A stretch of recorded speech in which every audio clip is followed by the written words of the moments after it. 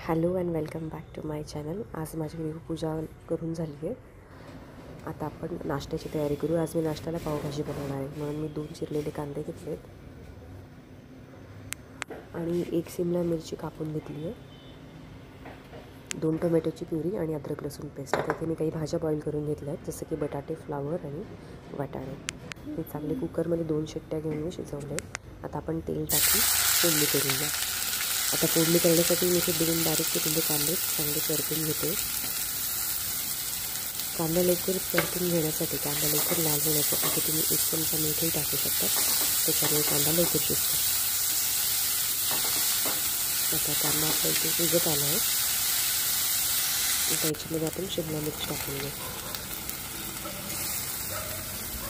ते पुन्हा एकदा चांगलं परतून घेऊ.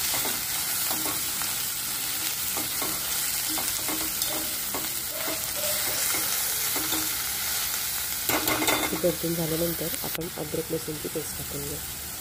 याच्यामध्ये मी 1 इंच आलं घेतलं आहे आणि 8 ते 10 लसणाच्या पाकळ्या घेतल्या आहेत. मिक्सरमध्ये बारीक ग्राइंड करून घेतलं आहे, थोडंसं पाणी टाकून, आणि 2 टोमॅटोची प्युरी बनवली इथे.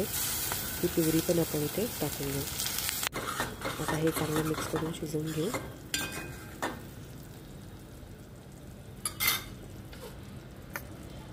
आता एक झाकण ठेवून थोडंसं वाफ काढून घेऊया. पावभाजी बनवण्यासाठी मी एव्हरेस्टचा पावभाजी मसालाच यूज करते. साधारण 3 जणांच्या पावभाजी बनवायची असेल तर 1 ते 2 चमचे पावभाजी मसाला पुरे असतो. आता बेसिक मसाले टाकून घेऊ. 1 चमचा हळद टाकली आहे आणि लाल तिखट टाकलं आहे, आणि इथे मी 1च चमचा पावभाजी मसाला टाकला आहे, आणि कसुरी मेथी. कसुरी मेथीने पण पावभाजीला फ्लेवर छान येतो, आणि बटरही घातलं. आता हे बटर घालून आपण भाजी मिक्स करून घेऊ. यामध्ये अर्धा कप पाणी घातले.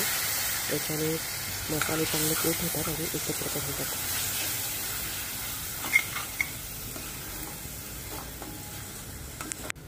आता ह्या भाज्या मी स्मॅश करून घेतल्या आहेत, तर ह्या भाज्यासुद्धा आपण या फोडणीमध्ये घालून घेऊया.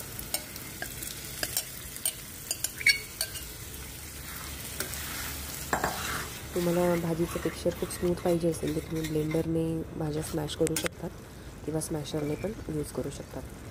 इथे मी 2 चमचे मीठ घातलं आहे आणि झाकण आणून ठेवून भाजी चांगली दळून देऊ. पावभाजी आपली तयार आहे. तुम्हाला पावभाजी कशी वाटली मला नक्की कमेंट्समध्ये सांगा. थँक्यू.